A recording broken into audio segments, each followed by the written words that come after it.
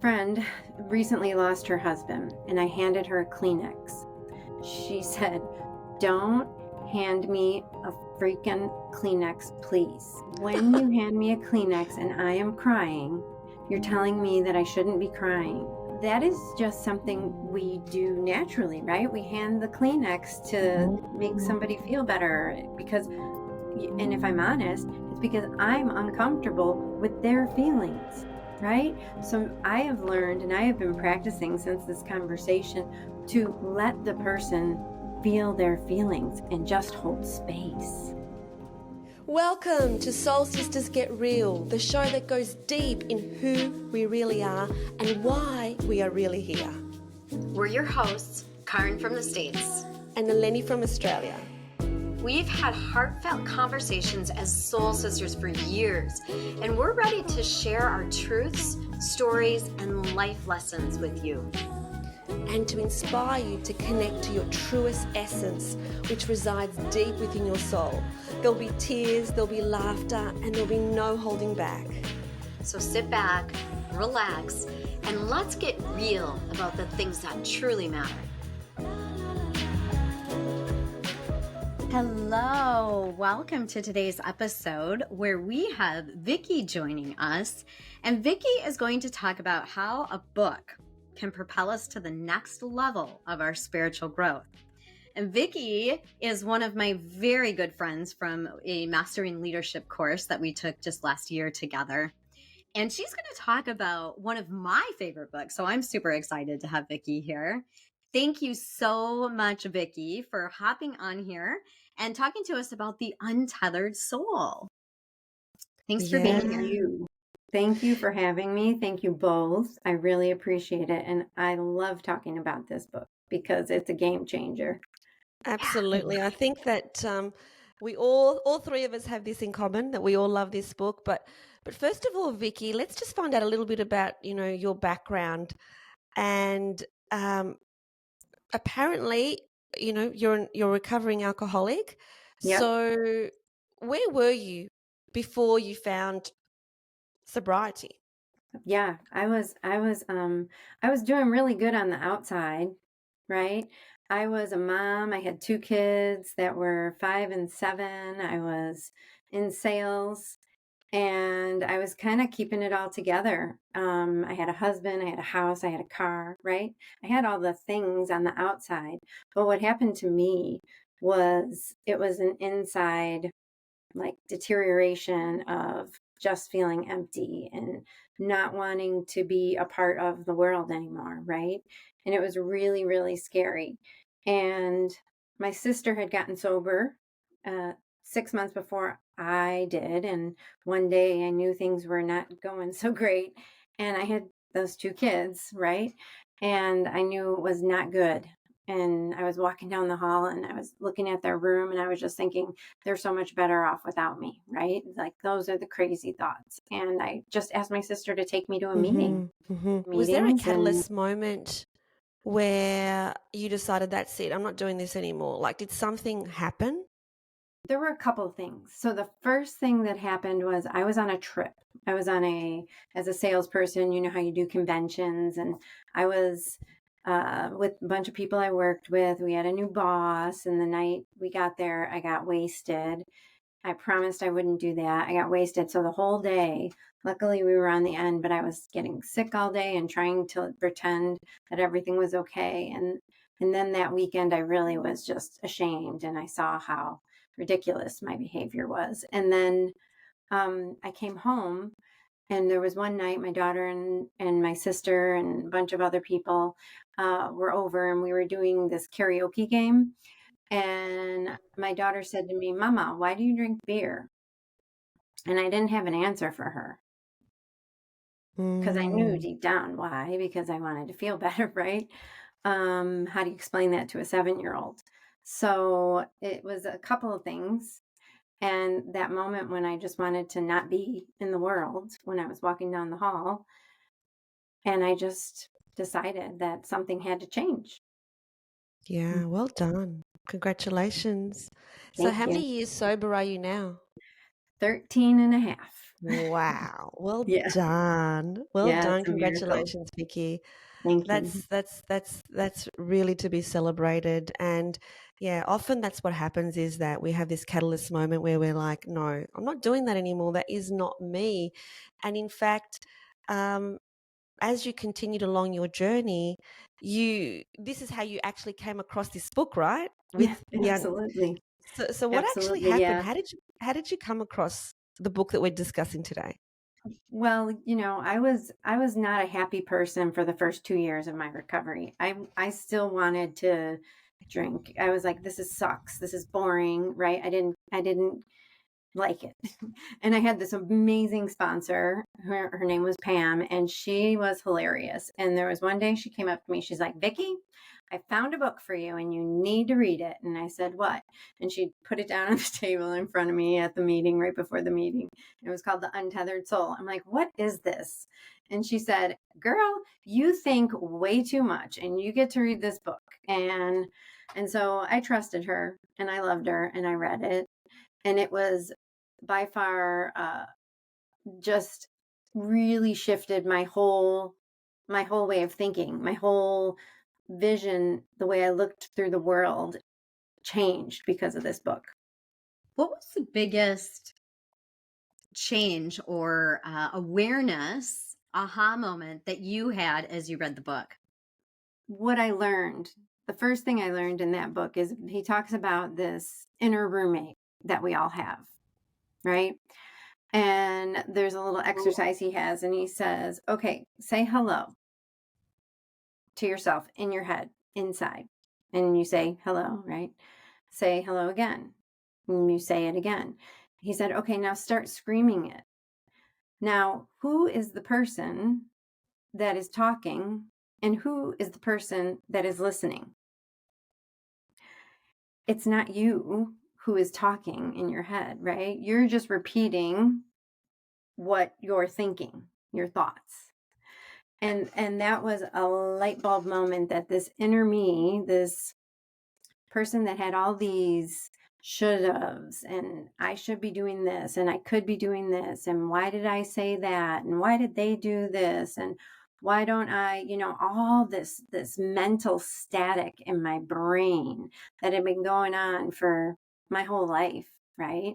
All of that was very clear to me that this is not my soul, right? He talks about the soul and the seat of your soul, and the seat of the soul is the one that's listening to the person that's saying you should have done this, right?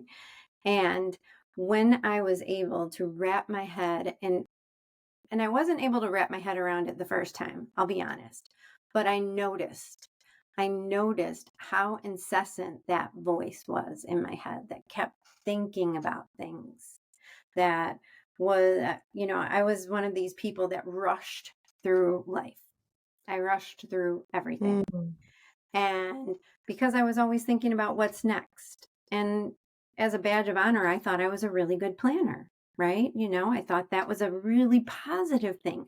And it actually is a really positive thing.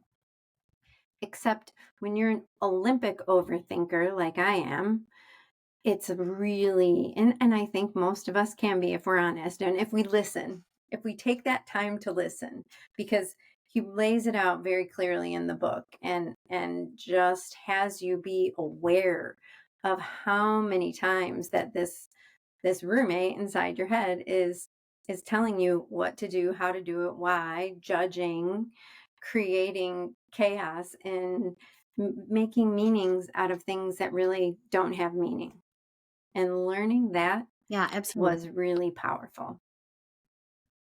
Yeah, I have to say, when I read the book, I actually listened to it on audiobook, and I remember exactly where I was in the field I was walking through when I heard some of these profound things, because I was like, oh my gosh, like this is the stuff that we teach our clients as hypnotists and hypnotherapists.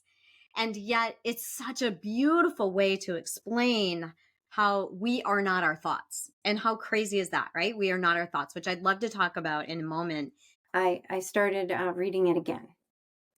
And he talks about, in this book, he talks about this idea that we have these inner expectations.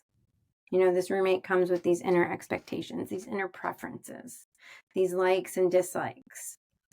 And I've been a person that is very nurturing and very caring and really, quite honestly, a big people pleaser. Okay. And throughout the years in recovery and through this book and many other modalities, I have learned how to gracefully use my voice.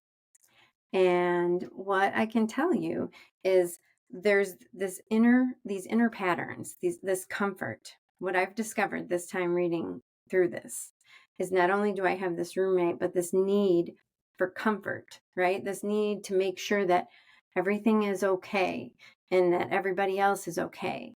And what I've discovered, if I just live each day in the present moment, like he suggests, like a lot of amazing spiritual teachers teach, Eckhart Tolle, all the people, the yogi tradition, living in the present. If I'm worrying about what I did and analyzing what happened, or when I am in the future and rushing through things and not enjoying the moment that's right in front of me, when I'm doing that, I'm not fully here, right? And so when I have these inner preferences of, because I was so good at it, I would plan ahead, right? This little planner, Vikki, that I used to be. I've gotten so much better. But this little planning that I would do is I would be like, okay, well, this person can't sit by this person. And I need to make sure that I have raspberry tea for my mom. And I need to make sure, making sure everybody else's feelings are okay. And I have teenagers today. And what I have been learning, the beauty of a spiritual experience. My journey has been a spiritual experience since recovery. And the beauty of it is this, what I'm learning here in this book, again, this time around, is that I don't have to take care of other people's feelings. They have their own soul and their own roommate, right? And I'm doing a disservice, especially to my teenagers, to make everything feel nice, right? They get to experience life, and it's their life, and it's their mind, and it's their journey. And as long as I am sitting here trying to make sure the pillow is puffed up, I do not do that. I do not puff pillows, don't worry.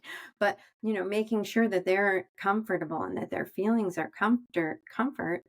I am not in the present moment, and I'm not serving them and their spiritual experience.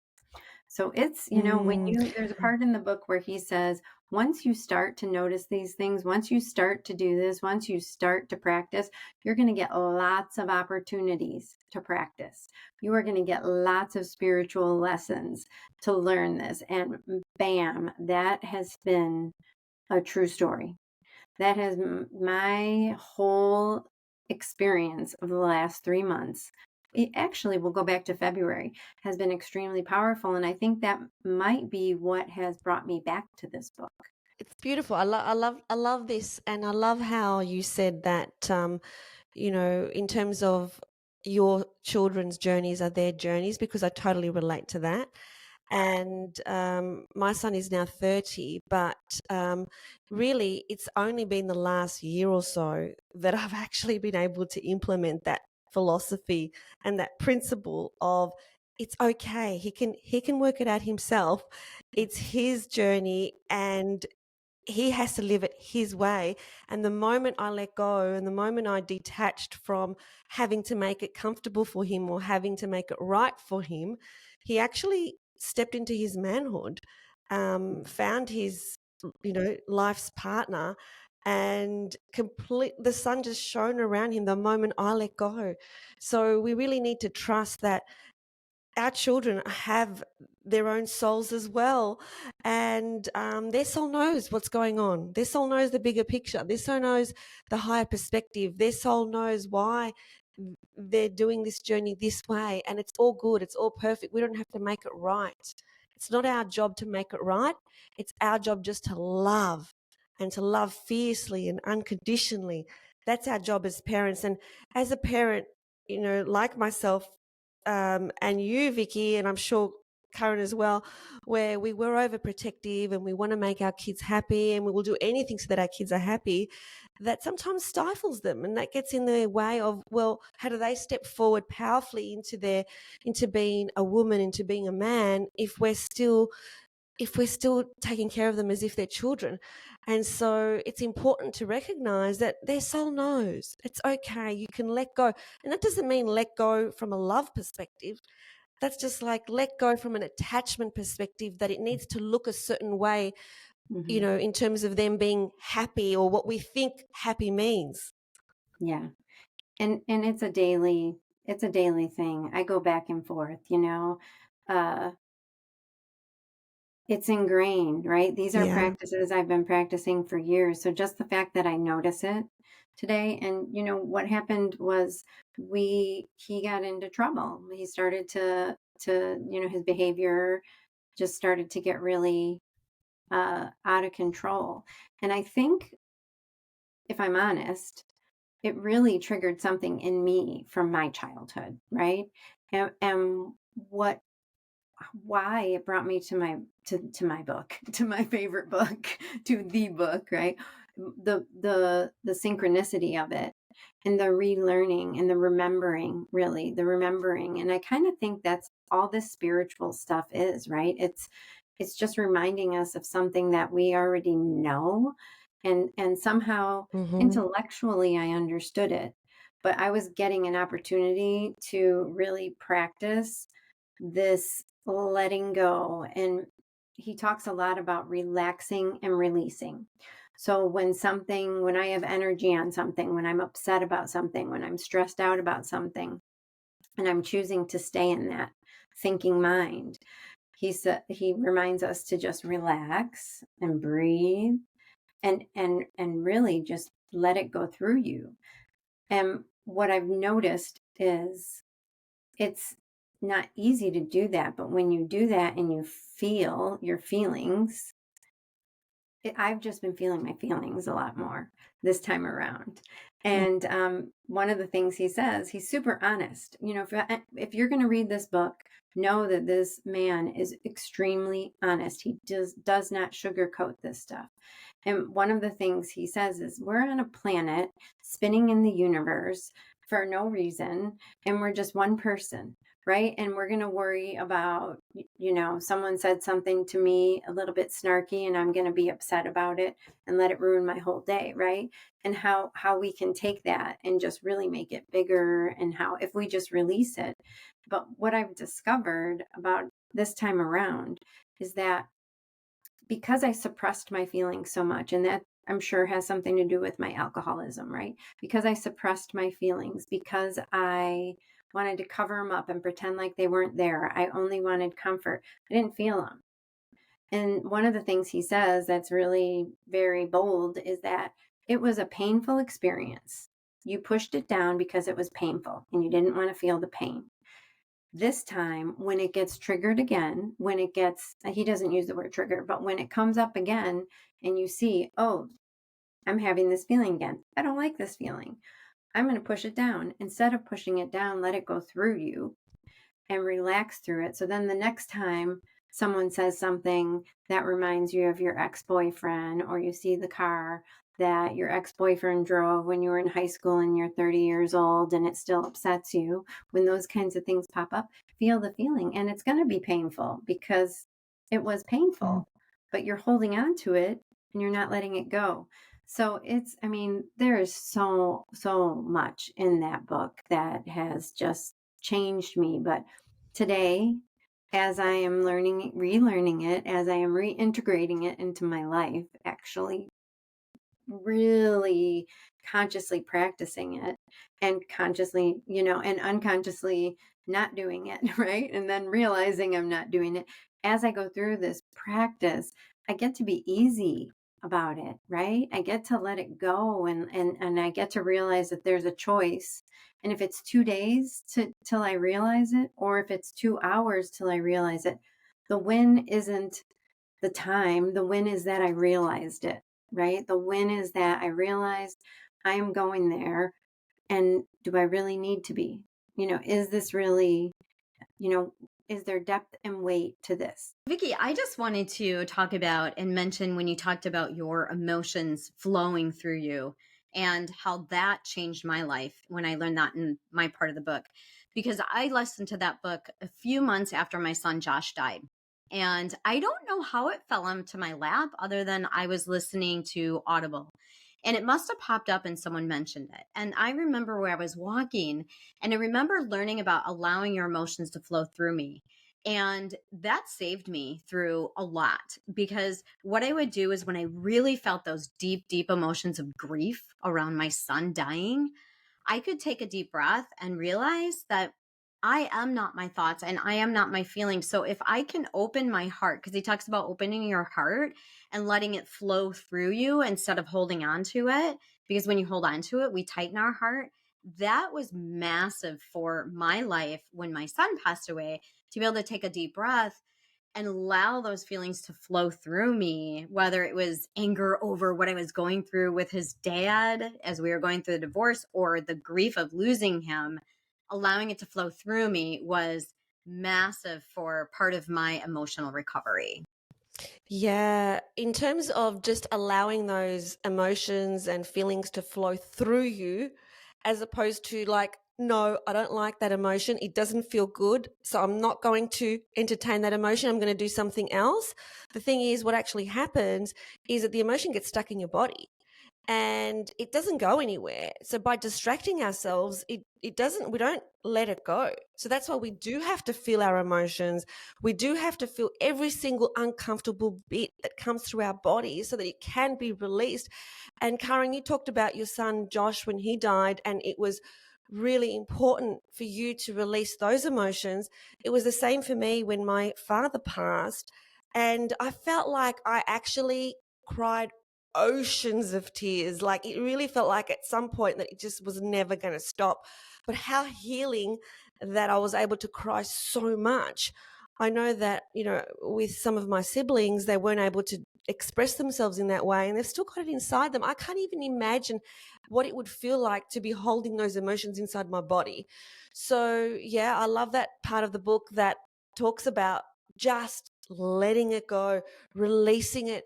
And the only way to let it go is by feeling it. And so that's just so important, is to actually feel the emotions. Yes, it feels uncomfortable. And yes, we've been programmed to believe that it's, we need to just get on with it and do what we need to do and do the next thing and not allow these emotions to hold us back. But in fact, by releasing these emotions, this is how we clear the slate so that we can then move on to the next level, so to speak. And so then what happens is what Vikki was talking earlier about triggers, which is that because we're now clear and we've released everything that was stuck in our body, we don't get the triggers that we used to get because we've actually let that part go. So the next time something happens, it doesn't have to anchor us back to a really painful moment. And if it does, it takes a lot less to actually let that go. It really does. As you were speaking, it was reminding me of this. A friend recently lost her husband, and she was telling me how hard it's been. And one of the things she said to me, because we were sitting there and I handed her a Kleenex, she said, "Don't hand me a freaking Kleenex, please." She said, "When you hand me a Kleenex and I am crying, you're telling me that I shouldn't be crying." And that is just something we do naturally, right? We hand the Kleenex to make somebody feel better because, and if I'm honest, it's because I'm uncomfortable with their feelings, right? So I have learned, and I have been practicing since this conversation, to let the person feel their feelings and just hold space. Beautiful. Beautiful. I just love the way she said, don't hand me a fucking Kleenex. I love the way she said that. That's why I had to laugh. But yeah, that's a different way of looking at it, right? Yeah. That, you know, we need to get comfortable with other people getting uncomfortable too. Yeah. So we need to, I think as therapists, like for us, I feel like for me, it's like I welcome people crying.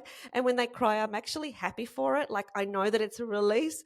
So that happened recently with the catch up of some girlfriends where one burst into tears. And I could see that some of them felt uncomfortable, but I was like, yes, she's crying. So it's like, what a Yeah, release, right? I know. I tell my Yeah. clients that also. I'm like, it's okay to cry. Like that's a release. Go for it. Because they do. They feel embarrassed, but it's not. I don't care if you're female or male or, it's really good to release that. Absolutely. Absolutely. It's really good to release that. So it's interesting that, we all came across the book at different times. For you, Vikki, it was your sponsor that gave you the book when you were recovering from alcoholism. For Karen, you received the book just after Josh passed. For me, it was during lockdown, and my partner Christian gave it to me. And he gave it to me. And when he first gave it to me, because everything had just happened with lockdown, I wasn't really ready to read it. I was still moving into frantic pivot mode where I was pivoting my business to be online. So I started to pick it up and read the first couple of pages. And then I'm like, I don't understand what this is about. And then went down. It was like too hard. It's not what I need to read right now. But then I picked it up some 6 months later and I found it to be absolutely profound at that point. So I think with books, it's really important to note that sometimes it's just not the time to read it. It doesn't mean it's not for you, because the fact that it was given to me by my partner means that it was meant for me. And what I also love about it is, and this is with other Michael Singer books too, is that it's not huge. So it's not huge, but everything he says is profound. So it's not a big book in terms of quantity, but in terms of like the gems that he drops in, they're really profound gems. And so when this sort of book comes your way, it may not be the right time to process it, but don't give up on it, because there will be a perfect time. Because 6 months earlier, it made no sense to me at all. Like it was like, I don't understand, because my mind wasn't ready to actually process it. But then when I read it 6 months later, it was just like perfect. And it's exactly what I needed to hear. So There's a really great part in the back of it also that talks about souls that have passed away or gone to the other side. And I can't recall exactly what it was, but that part really resonated with me, being that, I had just lost Josh.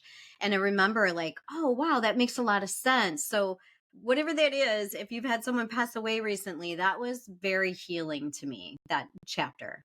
yeah, absolutely. Yeah. So if you have had someone that has passed, that last chapter is a profound and healing chapter, that's for sure. So, Vikki, is there anything else in terms of like a final thing that you would like to say to someone who's listening out there about stepping up into the next level for their spiritual growth? What would you like to say to them? That it's okay to not do it perfectly. In fact, not doing it perfectly. I mean, I use this simple example all the time, and I can't help it because I remember watching it when my two kids both learned to ride a bike the same day, right? And so when you're first learning how to ride a bike, you get skid knees, you get skid hands, you fall. And when you are up leveling and when your heart is telling you to pick up that book that you haven't seen in 6 months, right? That listen to that little intuition, right? And that it will not be perfect, and that you will have many, many opportunities to practice, and that on this spiritual journey, just like the beautiful synchronicities that happen in our lives that we all get excited about and say this is a sign, so too are, I think, the challenges, right? And that when we can be aware and be open and open-hearted and open mind and open hands, then we can grow. And letting go of perfection and allowing failure and allowing it to be messy is really where, for me, the true growth comes in. I love that, Vikki. And I've got a mantra that I used to say to all my students, which is perfectionism keeps you in the slow lane. It really does. It keeps you in the slow lane because it's like a dog chasing his tail. Like, we just cannot be perfect, but the irony is, and the paradox is, we already are. Yeah. Right. But what we think perfect means we can't be, but we already are divine sparks of source. So we already are perfect. Yes. There is nothing that we need to do to change ourselves to look a certain way or to be a certain way or to have a certain amount of success, because we already are. But the way that we define perfect as humans is something that we don't need to do. We just do as good as it gets, and then we just move on as good as it gets and move on. So that's really sound advice. So we have one final question that we ask all our guests in this show. This show is called Soul Sisters Get Real. So tell us, Vikki, what that means to you. That phrase, Soul Sisters Get Real, and why it's important for you. Yeah, it's a beautiful statement for so many reasons for me, because I believe that, kind of like what I said, it's never perfect, but this growth stuff, this life stuff, this spiritual journey for me, I wouldn't be where I am without Pam, without Karen, without all these powerful, loving, beautiful, different, dynamic, creative women that have really been brought to me on my spiritual journey, and that are the gifts. And the best part, and the best friends that I have, and the sisters, the ones that are really truly my soul sisters, are the ones that get real, are the ones that tell me that, ooh, I'm worried about you, or wow, you did amazing, I'm proud of you, that tell me the truth, right? Because if I don't know the truth and my blinders are up, I'm trusting my girl over here, you two, soul sisters, to lift me up and to show me how perfect I actually am. Because you did that just now. You gave that gift to me and Karen, and it's about this togetherness. It's about this energy of the woman, and the energy of the woman does include everybody. It includes everybody. It's inclusive, it's expansive, it's loving. And the getting real part, girl, is my language. I mean, like I said, my podcast is telling on ourselves. And if we don't get real, and if we push it down and pretend, then I don't grow when I do that. I don't live a life of ease and flow and inner peace. Yeah, absolutely. I love that. We're all here to collaborate and to be uniquely us, and to really be in the sisterhood of this energy of love, not competition, and the energy of collaboration and not separation. And it is about getting real. So thank you so much, Vikki, for speaking with us today. We so appreciate having this conversation today. Likewise. Thanks you for so coming much. on. Thanks for watching. We hope you loved it. And if you did, please like this video and subscribe to the channel. And remember, always connect to your truest essence. And choose love. We'll see you next time.